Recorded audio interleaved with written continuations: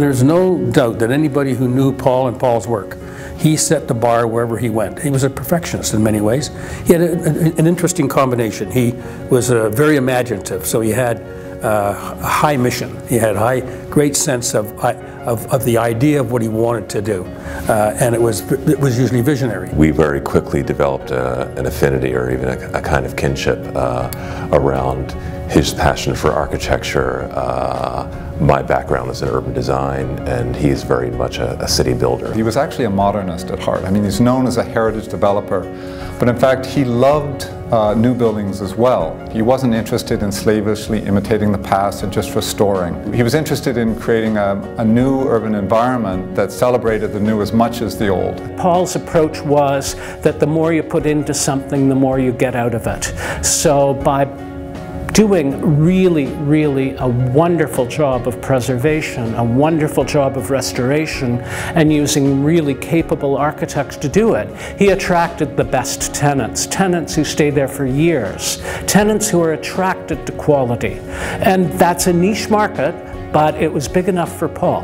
The heritage buildings act as sort of the catalyst for these urban gestures, and they act as a backdrop for them. I was never afraid to introduce very contemporary elements into the projects, and I think that combination makes these spaces really exciting. If you go to the liquor store up at Summerhill, or look at the shops just south of there, they are masterpieces. The Taj Mahal of booze in North America has got to be that building. If you walk along the south side of King Street, I remember when it was falling apart, and people saying, let's plow it down and build something new. And along came Paul and other people, but led by Paul, to re-establish the sense of what King Street was and could be again. He wasn't just dedicated, he was obsessive compulsive.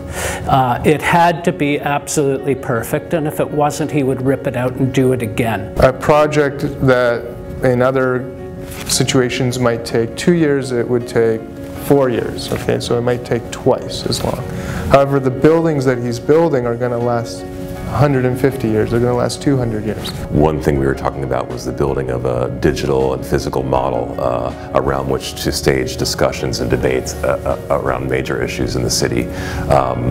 So he had interest in not only specific sites and buildings, but in the overall form of the city and its future. He did have this singular vision, and he wasn't willing to compromise it, and he would push and push until he had it right, and he would bring us all along with this surge of energy and enthusiasm, and that's one reason that I enjoyed working with him so very much.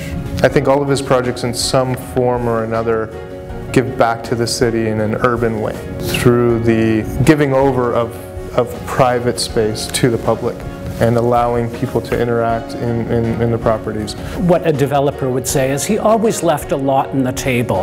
He might have done something and added a floor or squeezed some more square footage out of it, squeezed it for the extra buck, but he never did. He always did what was right for the buildings he had there. Paul loved a challenge, and he didn't necessarily like being told that he couldn't do something. So, for instance, you know, the city, and maybe, I don't know, do I want to criticize the city in this? Yeah, maybe.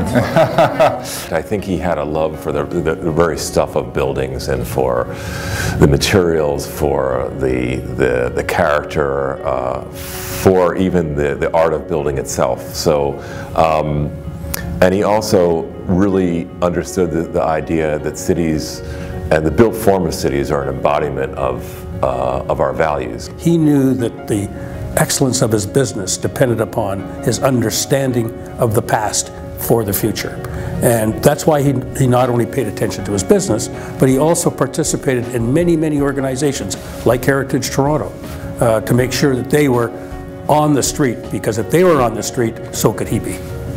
We all miss Paul, there's no doubt about it, but he's left a legacy.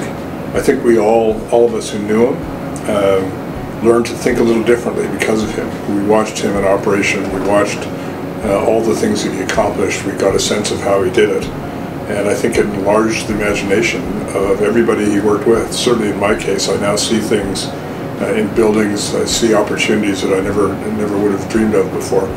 And I know that's as a result of knowing him and watching him work.